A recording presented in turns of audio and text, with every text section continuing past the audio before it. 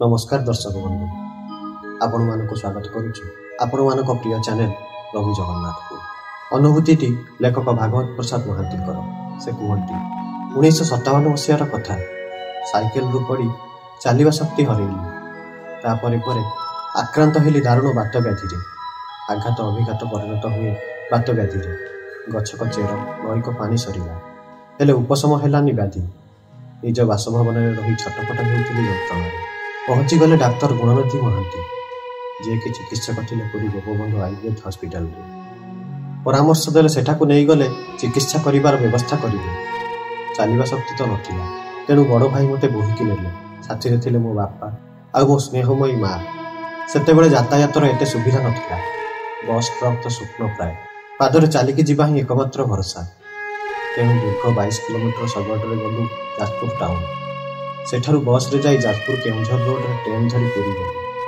पहुंचलु Gopabandhu Ayurvedic hospital सेठारे अपेक्षा करिथिले doctor Mahanti संगे संगे भर्ती कराई देले हस्पिटाल रे मिलिगला एक बेड चिकित्सित हेली गाँ को फेरी आसिले बापा बो एवं भाई पूर्वर लेखालेखी अभ्यस्त थिली पंचम श्रेणी लेखालेखी आरंभ करिथिली प्रजातंत्र मातृभूमि आसंता काली इत्यादि लेखा प्रकाश पाउथिला से जंत्रणार भी लेखालेखी निजक दूरे पारि नथिली तेणु दिन में लेखालेखी कली मात्र राति केवल ध्यान कली जगतरनाथ जगन्नाथ बाटबणा बाटोईर साथी हृदयर निभृत कोण अंकित है दुईटी नयन ताहा चका नयन नीरव ध्यान करने अवसर में धार धार बही जाए लुह कहीं अजाड़ीदेल जंत्रणार पसरा हे महाबाहु कौन बा पाइब लाभ कौन अबा लोड़ाए अकिंचन हठात दिने विलंबित राति स्वप्न देखिली जड़े पृष्ठपृष्ठ कृष्णवर्ण ब्राह्मण हस्पिटाल मो बेड निकट पहुंची कहले व्यस्त हबार ना जहाँ ईश्वर इच्छा ताहा ही होउछि चलवा शक्ति ना बोली दुख करुचु कहीं बड़ ठाकुर जगन्नाथ महाप्रभु तो पुणी अचल नुरु तू तो छार मनीषटाए तो पछरे अच्छा ठाकुर जो लेखनी देते हाथ में सा तो सचल आ चिंता कौन एतक कही अंतर्ध्यान हेले कृष्णप्रिया ब्राह्मण पाख बेड्रे जड़े रोगी विराट चित्कार कर निदटा भांगीगला दीर्घश्वास छाड़ी भाविली सतरे हाथ पाद ना कालिया सागर से तो अचल महाबली तेणु अचल हेली बोली दुख कहीं करी आपण हाथ जगन्नाथ से हाथ में चलाइबी लेखनी निरवच्छिन्न भरोसा बांधिली मनरे बड़ आश्चर्यर कथा तही परदिन मोर संपर्कीय मामू दिवंगत प्यारीमोहन दास जे कि समाजर वरिष्ठ सह संपादक थिले मोर दुरवस्था खबर पाई मो बेड निकट उपस्थित है सांत्वना दे पुनश्च फेरीगले कटक तापर समाज पेपर रे तरुण लेखकों करुण परिस्थिति शीर्षक संवादटी प्रकाश कले मो संपर्क विस्तृत बरणी दे हस्पिटाल समस्त चिकित्सक अनुकंपा दृष्टि पड़ला मो उपर रीतिमत चिकित्सा कले प्रतिदिन बहु समवेदना सूचक पत्र हस्तगत है चिकित्सा चली थाए डाक्तर मोहन विभा को घर को जाई हस्पिटाल स्टाफ माने हठात मते हस्पिटाल रिलीफ करदेले कहले दीर्घ 4 मास रहिलानी जंत्रणा उपशम हो गलानी औषध पत्र नहीं घर को जा जंत्रणा उपशम होइतिले भी चलवा शक्ति फेरी पाइनी हस्पिटाल बारंडार जाई बसी हस्पिटाल स्टाफ मो जिनपत्र मो निकट धोईदेले तापर खाली अंधार दिसला मते जार पादे जीवार क्षमता नहीं से पुणी जीव कहीं केते दूर गाँ आउली को पुणी ट्रेन बस आउ शगड़े से अंधकार भितर निविष्ट चित्तरे केवल ध्यान कली महाप्रभु जगन्नाथ दिव्य मूर्ति को रिक्शावालाटी पहुंचला बारंडा निकटरे हठात कहला बाबू जीवे प्रकृतिस्थ हो उत्तर देली हाँ मो जिनपत्र नहीं थोड़ा रिक्शा तापर रिक्शा चलाइला श्रीमंदिर आड़े कारण श्री जगन्नाथ को दर्शन करी आगु बड़दाण्डे चली थाए रिक्शा मुझे बसी थाए स्टाम्पटी पर सिंहद्वार पहुंचीगला रिक्शा मोर काकुति मिनट रिक्शावाला टेकी दर्शन करेला मोर प्राणप्रिय जगन्नाथ को संभाली पारे बुकुर कोह आखिर लुह कोह आ लुहरे धोईदेली प्रभु पाद पद्म से भजनटी रचना होते गाई आसी कालिया तो दर्शन पाई तते छाड़ी जावाक मो मन बल ना अनिच्छा सत्वे रिक्शावाला मते नहीं बसाइला रिक्शा तापर से चलीगला चा पीवा फेरिले जीव रेल स्टेशन को मत नहीं ठीक सिंहद्वार सामने बसी थाए रिक्शा मनरे भावांतर एमिति अवस्था जीवी केमिति ट्रेन बस शगड़ ही नथिले सते जमिति जीवन नथिला ए कथा उल्लेख कला बेले लेखनी थरी उठुछि हृदय कंपन अतीतर स्मृतिचारण करी हठात जड़े साधु आसी पहुंची गले बेस हृष्टपुष्ट ସୁଗୋଲ ସୁଠାମ ମୁଖମଣ୍ଡଳ, ପିନ୍ଧିଥିଲେ ବହିବ୍ୟାସ, ହସ୍ତରେ ମାଳା ଝୁଲା।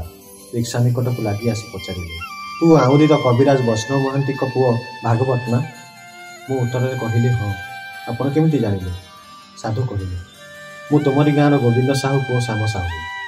ଡରି ଡରି କହିଲି, ଆପଣ ନିରୁଦ୍ଦିଷ୍ଟ ହୋଇଥିଲେ 14 ବର୍ଷ ହେଲା ଶୁଣିଥିଲି। ହେଲେ? ସାଧୁ କହିଲେ, ହଁ, ବର୍ତ୍ତମାନ ମୁଁ ବୃନ୍ଦାବନରେ ଭେକ ଗ୍ରହଣ କରି ଏକ ମଠରେ ମହନ୍ତ, ଜଗନ୍ନାଥଙ୍କ ଦର୍ଶନ ପାଇଁ ପୁରୀ ଆସିଥିଲି। ହେଲେ ତୁ ଯିବୁ କେମିତି ଏ ଦୂରବସ୍ଥାରେ? ମୁଁ କହିଲି, ସେଇ କଥା ଭାବୁଛି, କାଳିଆ ହିଁ ଭରସା। ଅର୍ଦ୍ଧନିମିଳିତ ନୟନରେ ମୋତେ ଟିକେ ଚାହିଁ କହିଲେ ସାଧୁ, ଆଚ୍ଛା ମୁଁ ଆସୁଛି, ଟିକେ ଅପେକ୍ଷା କର। କିଛି ସମୟ ପରେ ଆସିଲା ରିକ୍ସାବାଲା। ଫେରି ଆସି ସାଧୁ ମଧ୍ୟ ଲଥ୍ କରି ବସି ପଡ଼ିଲେ ମୋ ପାଖରେ। କହିଲେ ରିକ୍ସାବାଲାକୁ, ଚଲା ଷ୍ଟେସନକୁ। ସମୁଦ୍ର କୂଳ ରାସ୍ତାରେ ରିକ୍ସା ଚାଲିଲା ଆଗକୁ। ରିକ୍ସା ଯାଇ ପହଞ୍ଚିଲା ଷ୍ଟେସନରେ। ରିକ୍ସାରୁ ଟେକି ନେଇ ମୋତେ ବସାଇଲେ ଟ୍ରେନରେ। ଠିକ୍ ପାହାନ୍ତା ପହରରେ ଟ୍ରେନ୍ ଲାଗିଲା ଯାଇ ଯାଜପୁର କେଉଁଝର ରୋଡ୍ ଷ୍ଟେସନରେ। ଫାଷ୍ଟ ବସ୍ରେ ନେଇ ମୋତେ ବସାଇଲେ। ଡ୍ରାଇଭରକୁ କହିଲେ ମୋର ସମସ୍ତ ଦୁରବସ୍ଥା ବିଷୟ ଏବଂ ସେଠାରୁ ଶଗଡ଼ଟିଏ ଯୋଗାଡ଼ କରି ଗାଁକୁ ପଠାଇ ଦେବାକୁ ଜଣାଇଲେ। ଦୟା ପରବଶ ହୋଇ ଡ୍ରାଇଭର ମଧ୍ୟ ରାଜି ହୋଇଗଲେ। ତାପରେ ମୁଁ ନିକଟକୁ ଆସି ତାଗିଦ ବେଳାରେ କହିଲି, ହଉ ତୁ ଥା, ମୁଁ ଯାଉଛି ପୁରୀ ଧାମ, ସେଠାରୁ ବୃନ୍ଦାବନ ଫେରିଯିବି। ହେଲେ ସାବଧାନ, ମୋ କଥା କିଛି କହିବୁନି ଗାଁରେ। ଏତକ କହି ଚାଲିଗଲେ ସାଧୁ। ହାତ ଯୋଡ଼ି ପ୍ରଣାମ କଲି ଗଭୀର କୃତଜ୍ଞତା ଜଣାଇ। ସେତେବେଳକୁ ବସ୍ଷ୍ଟାଣ୍ଡରେ ଲୋକ ସମାଗମ ହୋଇନଥାଏ। ଝାପ୍ସା ଅନ୍ଧକାରରେ ନୀରବତାର ରାଜୁତି। ଭଲକି ନିରୀକ୍ଷଣ କଲି ସାଧୁଙ୍କ ଯିବା ପଥକୁ, କିନ୍ତୁ ତାଙ୍କର ଛାୟାମାୟା କିଛି ଜାଣିପାରିଲେନି। ସେ କ'ଣ ତେବେ ଅନ୍ତର୍ଧ୍ୟାନ ହୋଇଗଲେ? ବୃନ୍ଦାବନର ମଠ ମହନ୍ତ ଆମ ଗାଁ ଶ୍ୟାମ ସାହୁ କ'ଣ ଏ ସାଧୁ? ଗାଁରେ ତାଙ୍କ କଥା କହିବାକୁ ପୁଣି ବାରଣ କଲେ କାହିଁକି? ତାହେଲେ ଏ କ'ଣ ମହାବାହୁ କାଳିଆ ସାଆନ୍ତ? ମନରେ ପ୍ରାଣରେ ଦେହରେ ଖେଳିଗଲା ଶିହରଣ। ବସ୍ ଚାଲିଥାଏ, ଭାବୁଥାଏ, ଖାଲି ଭାବୁଥାଏ। ଆଖିପତା ଦୁଇଟି ମୁଦି ହେଇ ଆସିଲା, ସତେ ଯେମିତି ଦିବା ସ୍ୱପ୍ନରେ ମଗ୍ନ ହୋଇଗଲେ। ତାରି ଭିତରେ ସେଇ କଳା କଳା ଚକାଡୋଳା ପ୍ରତିବିମ୍ବିତ ହେଉଥାଏ। ବସ୍ ଅଟକିଗଲା ବିନ୍ଦାରପୁରରେ। ସାଧୁଙ୍କ କହିବା ଅନୁସାରେ ଡ୍ରାଇଭର ଜଣକ ଶଗଡ଼ଟିଏ ଯୋଗାଡ଼ କରିଦେଲେ।